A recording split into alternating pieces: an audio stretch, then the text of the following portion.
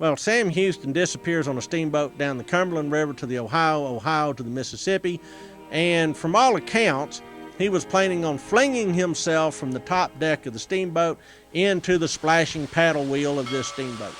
And that way it looked like an accident.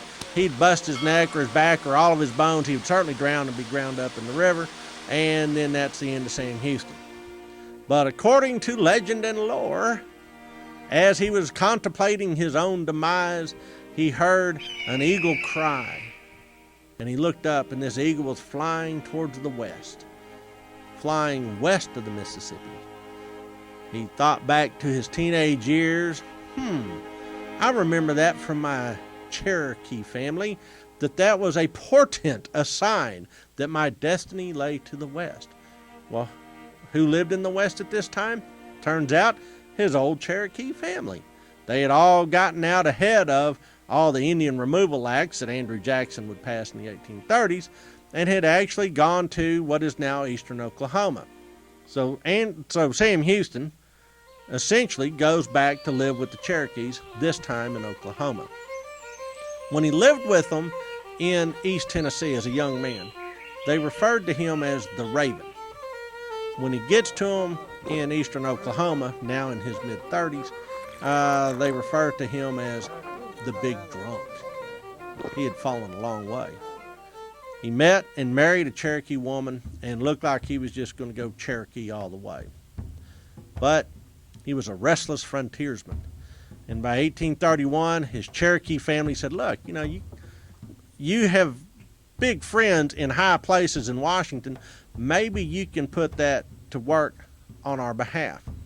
And Sam Houston, fine, still wearing a bunch of his Indian garb, goes and makes trips to New York City and to Washington, D.C.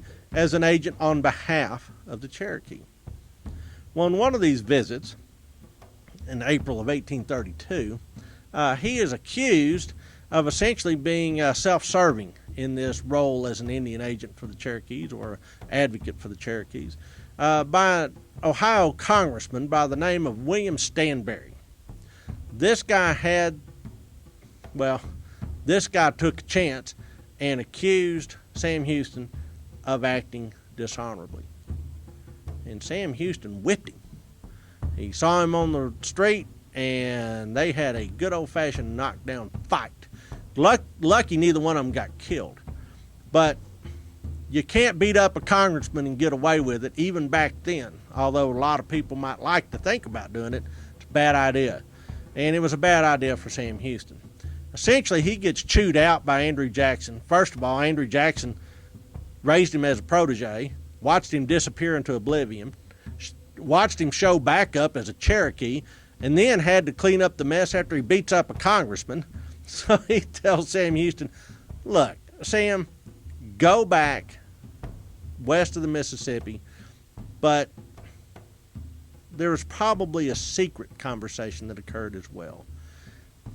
It's pretty clear that Andrew Jackson needed some eyes on the ground in Texas. Well, who better than Sam Houston? So he heads back to what is now Oklahoma, then Indian Territory, in the summer of 1832. Settles up all of his affairs in amongst that nation, the Cherokee. Kisses his wife goodbye, and in December of 1832, splashes across the Red River into Texas.